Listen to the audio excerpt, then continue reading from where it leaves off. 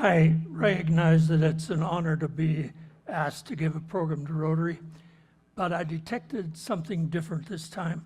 I was given a topic to discuss, namely North Korea, and I noticed there were a number of members there in the audience that enjoyed seeing me suffering trying to decide what to say. So I put together something and let's have it. I have a Korean story to tell you to start off. A good many years ago, I had some business in Korea, and I arrived one day, and the next day, I met a U.S. general in his office in Seoul. And he asked me, how was my arrival in South Korea? And I told him, you know, I'm really surprised. I had no idea what a police state this was. Everywhere I see police and authorities and one thing and another, they wouldn't let me off the plane to get into the terminal until I'd been examined. And I'm just surprised. I didn't realize that this was a police state. And the general said, oh, it's much worse than that. And let me tell you a story. We had here working in this office a young Republic of Korea soldier, and he was our janitor, and he was a good janitor. But every once in a while, we would miss something, and we concluded finally that he was stealing, trivial, but stealing from time to time. And so we made sure that that was right, and we took him to the ROK officer, and I've forgotten what rank he had, but let me say ROK general, and took the young man to that office and told him that we have discovered he's stealing, and there was a discussion. And the ROK guy sitting at his desk said to the young man, is this true? Did you steal? And the young man said yes. So the general pulled his drawer open, pulled out a gun, and killed him. And the American general said this is the last time we ever complained about anybody to the Korean military. But he went ahead to tell me that over and over in South Korea, if somebody disobeyed, he got shot. Well, this is exactly the story that goes on in North Korea. And it's incredible to understand the differences. And I wanted to explain that just a little. My own words, I think. I discovered there's a difference between humans and subhumans. And in that part of the world, North and South Korea and that part of China, if you're a human, that's great. That means you obey all the orders and you do everything we tell you. But if you're subhuman, it's because you complained and you didn't like that order that you got. And so subhumans were automatically treated quite differently. And I have been told that in the North Korean prisons, they've lost about 300,000 people. Most of them died of hunger. They didn't bother feeding them because they're subhuman. And over, we bumped into this difference in how you regard human life. And they do not regard human life the same way we do. Altogether, the current regime of North Korea has killed somewhere between 2 and 3 million people by just shooting them or killing them when they disobeyed an order. So it's hard to understand for me what kind of a world this really is. Weeks ago, I had a great-grandson who had joined the Marines, and traditionally we Americans are concerned about anybody who joins the military. Well, I do worry about him, but I worry about us. And for decades, we've been giving North Korea money to behave, and behavior was defined as not developing nuclear things, etc. But we've always known they were not obeying the agreements. And I always assumed that we didn't have to worry about them doing things with nuclear that really amounted to much. But I was quite wrong. They have received money and help from all parts of the world, and their scientists are exceedingly bright. And so they've had much help. But you've heard about their recent nuclear things. Still 20 kiloton was their highest, which by nuclear standards is not that big a yield. But it is awesome to know what kind of progress they've made. Let me go through a little bit of history. Japan ruled Korea from 1910 to 1945. And despite the fact that they're nominally a communist country, the Japanese influence of how governments should run, you still see evidence of that. I was appalled in World War II by the scorn, I shouldn't say scorn, the treatment that the Japanese gave their own military. Sometimes they cut off their heads for utterly trivial things. And so their utter disdain for their own soldiers just amazed me. But you see that same kind of thing in Korea. And then, this is just to remind you that the 38th parallel separated North and South Korea. And today that line is a little bit jagged, but the demilitarized zone is still at the border of those two countries. And North Korea, then a communist country, invaded South Korea in 1950, on June 25th. In just a few days, 26th, 7th, 28th, 29th, 30th, just a few days, we went from just being who we are to being involved in the Korean War. And then that lasted 3 years. And so North Korea signed the armistice agreement. Hostilities ceased within 12 hours, and the demilitarized zone was created. So that was in 53. I mention this because it was a long time ago, and I know some of you, like me, have forgotten some of these details. But the Korean War was a tortured experience for almost everybody. But this is a satellite picture of today's Korea. And that black area is North Korea, South Korea to the right, lower right. Upper left is China, and this particular picture illustrates how much activity there is, how much energy there is in China. We normally think of North Korea being dark, but look at all the things that are going on in China. And China has repeatedly supported North Korea in many kinds of ways.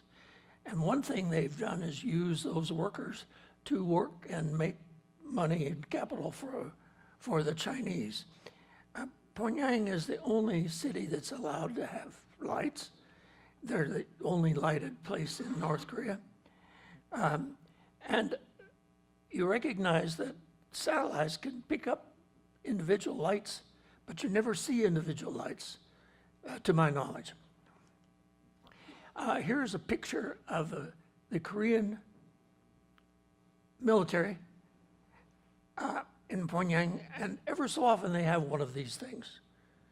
Let's see if I have a piece of paper somewhere. I was going to discuss population. Population in the United States is 325 million. Population of North Korea is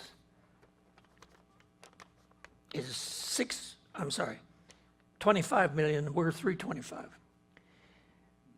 Our military is 1.4 million, which is 0.3% of the population.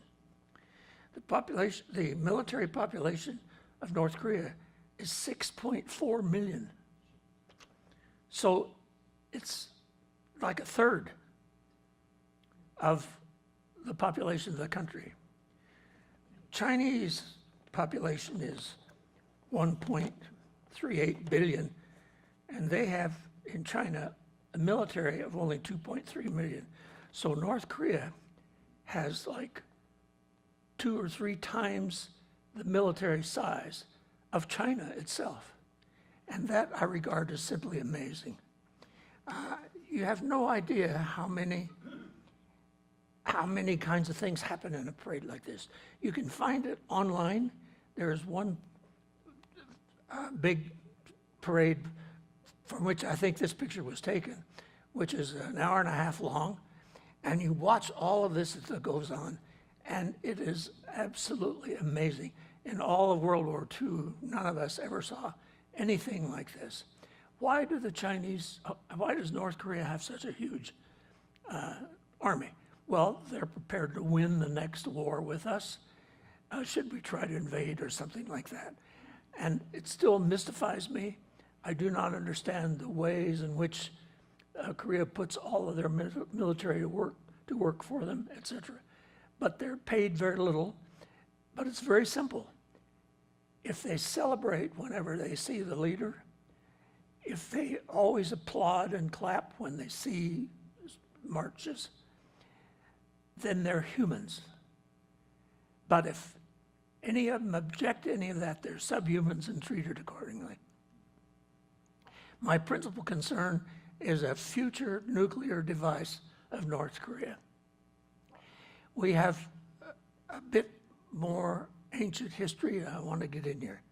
For us to be able to use the same energy that is used by all the stars in the universe, that's awesome. And that's what nuclear energy is. Our discoveries did in World War II for us. But fusing hydrogen allows us to have all the energy we will ever need. And very few people in the entire world understand this. So what I'm telling you is, I'm not anti-nuclear. I'm anti-nuclear weapon. Those of us who experienced execution of thermonuclear explosions in the atmosphere, each one of us became a nuclear peacenik for these devices. When we saw them, we realized we didn't have a language to describe what we saw, so we wrote down the numbers. People reading those now, the numbers don't mean anything to them, but we never could describe what we actually saw. Our conclusion was the Earth is too small to have thermonuclear devices, and we should never, ever use one of these in a war. The Los Alamos people told that to the Washington government, and the Washington government bought it. So we had thermonuclear weapons in the stockpile, but only as a deterrent. We had no intention of ever using them in a war. Finally, Russia, I think, came to the same conclusion. We don't want to use those things in a war. There are better ways to fight a war. An electromagnetic pulse is what I want to talk about. It's a device with the best design. It's never happened yet. And this was done on purpose. Now we are exposed to the possible use of them. And our first electromagnetic pulse test taught us not to use them for any war purposes. The Soviets learned this in '62, which is when we did our test in '62.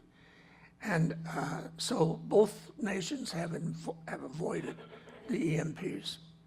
I saw one of their thermonuclears, that is the Soviets, one time when I was in Finland. And I was pretty up close as you dared be. And it was fired right along the Arctic Circle. So having seen that, I recognize that their capability and ours are completely comparable. U.S. has tested 10 nuclear explosions in outer space, that is at very high altitudes, the highest at about 300 miles. One of these, Starfish Prime, had a yield of 1.4 megatons, and it was launched from Johnston Island in 1962. And there's the location of Johnston Island compared to the U.S. And that's the cloud that was seen of the explosion at a distance of 250 miles away. That's the cloud at a distance of 250 miles. This is how it looked from Honolulu.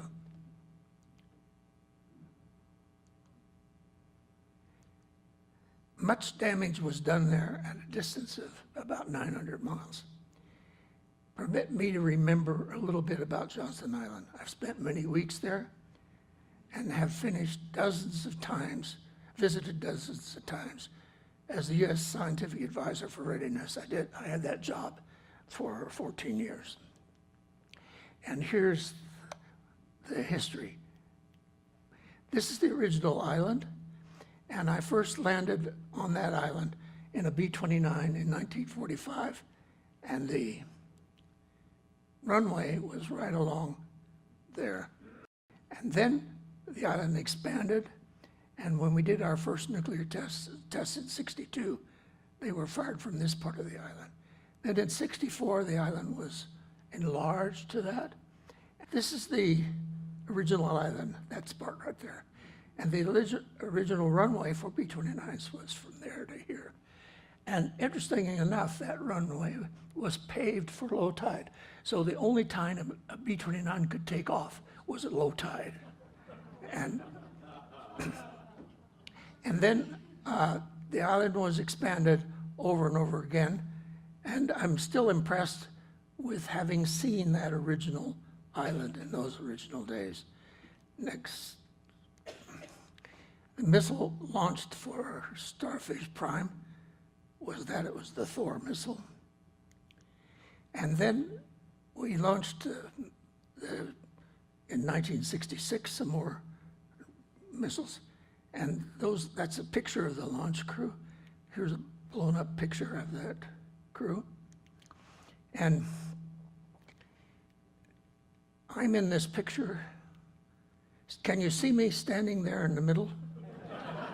I'm the scientific advisor, deputy scientific officer in the group, and those guys are the ones that launched the missile. And I'm the guy who is responsible for what was in the payload.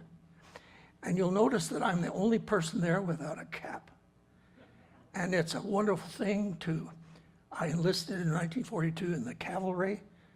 I discovered in 24 hours that I made the biggest mistake in my life, that you don't fight wars with horses anymore, you use airplanes. So I fought to get into the Army Air Corps, which I managed. And think about it, in all those years, I evolved all the way from a private in the cavalry to a guy who didn't have to take any orders. This is really wonderful. The secret of a good EMP explosion is the energy of its gamma rays. And this is the point I have to make that almost nobody realizes. If you get high energy gamma rays that you can get from some nuclear explosions, they shine down with tremendous energy to the magnetic field of the Earth. And they have a huge influence on that magnetic field. And that means anybody on the surface of the Earth looking up sees these remarkable clouds. But more than that, they actually are affecting the Earth's magnetic field. And there you get a series, the higher you are, the bigger the area that you can affect. So the height of burst of 500 kilometers can affect the entire United States if it was done there. And Starfish Prime was far different than we expected because it had some high energy gamma rays, and they represented 1/10 of 1% of the yield of the device. Remember, it was 1.4 megaton, but the 1/10 of 1% of that was the high energy gammas. So the big effect we saw was from that. The Russians had exactly the same experience. The first one, they were surprised. They had a bigger percentage of the high energy gamma rays, so their damage was greater than ours. But that's where they learned not to do this anymore. And I believe it's possible to put a much larger percent of the explosion's energy into gamma rays. I think it's possible to put 20% there. And what that means is if you did something with 20,000 times as much gamma rays, we could destroy the whole atmosphere of the entire Earth if we did it at the right altitude. And this would mean that thousands of times more energy in gammas are possible. If the explosion were high enough, it could result in this destruction of almost everything. Here's a picture of how you can do that. Notice that this is the area where your Earth's magnetic field is. So you get all of this shine of gamma rays down on this. And that's what affects, what affects the Earth. But it's dramatic. And very few of us realize how dependent government is upon satellites. Can we afford to destroy them? Altogether, there are more than 2,200 of them. About 593, as far as I know, are ours. Russia has more than 1,300. China, 192. North Korea has 2. And our spy satellites are absolutely essential. Almost nobody understands that today, every bit of information that we get of other countries and all kinds of things come in by satellites. And some of you know what this is. It's a life alert system, right? And when I fall, I can't get up. So I push the button on this for 2 seconds, and that information gets to the satellite, which looks down and tells where I am on the Earth's surface to within a few square feet. And then the guys who I pay the money to know where I am, and they can make contact with me to decide what to do. Now, isn't that simply amazing? I, as a Kansas country boy, never imagined that I myself could send a message to a satellite. I had this wonderful experience in Fort Collins some years ago to a dentist, and he said, "What is that?" And I showed him, told him what it was. And I said, "Now, if I push this button for 2 seconds, I can get a message to the satellite, and they will ask me what it is I want. And so if you, as a dentist, do damage to me, I will just punch this and have them send the police." And his nurse laughed really hard, but he didn't. Now, this is a picture of the satellites that we have going around the Earth. And nobody has any real understanding of what this means. Every one of those satellites goes around every hour and a half. Somebody is downloading the data from those, seeing what all the information. So almost everything we know that's going on in the world is learning nowadays from our satellites. So the destruction of our satellites, you have no idea how big a thing this is. Then some time ago, I became convinced that in 10 years or so, there would be a nuclear exchange between Iran and Israel. I can also argue that my prediction is of no value because I can't predict what's going to happen next Thursday. How could I happen to predict correctly in 8 to 10 years? The point is, in today's world, everything can change in a day. So none of our predictions are worth much. And a well-designed EMP could be much worse than anything we've ever had. How about today's North Korea's actions? My guess is that North Korea might be able to have a well-designed EMP in about 1.5 years. This has frightened me for quite a long time. I've been terrified about the possible consequences. A future MP event would make hurricanes quite entertaining. But how can they be stopped without a terrible slaughter? In the past, we have always surrendered by giving them money. Should we surrender again, or should we not? Can we anticipate rational thought from North Korea? Is it just more blackmail because they blackmailed us each time? Is that how we should let them blackmail us again? In my opinion, we need talks that will lead to a different outcome. In other words, I just keep saying, no, we can't continue to surrender. We have to come up with something different. But that appears to be almost impossible. My great fear is the ignorance of almost everybody involved. I am perpetually horrified by the ignorance of the details of these things by people in Washington who I have still have some relationship. about a month ago, no, 2 months, in August, last week in August, I talked with a young man who had been to Korea 5 times, and he and I shared some information, and I discovered that I'm not that antiquated in my views, but he made the same remark. It's very rare that he can interact with anybody who understands what an EMP is. I am left with only prayer, deliver us from evil. I do know that I'm probably too pessimistic. It has entered my head that a properly aimed asteroid could solve problems like this one. And so I have at the bottom, I include this in some of my prayers. Thank you very much.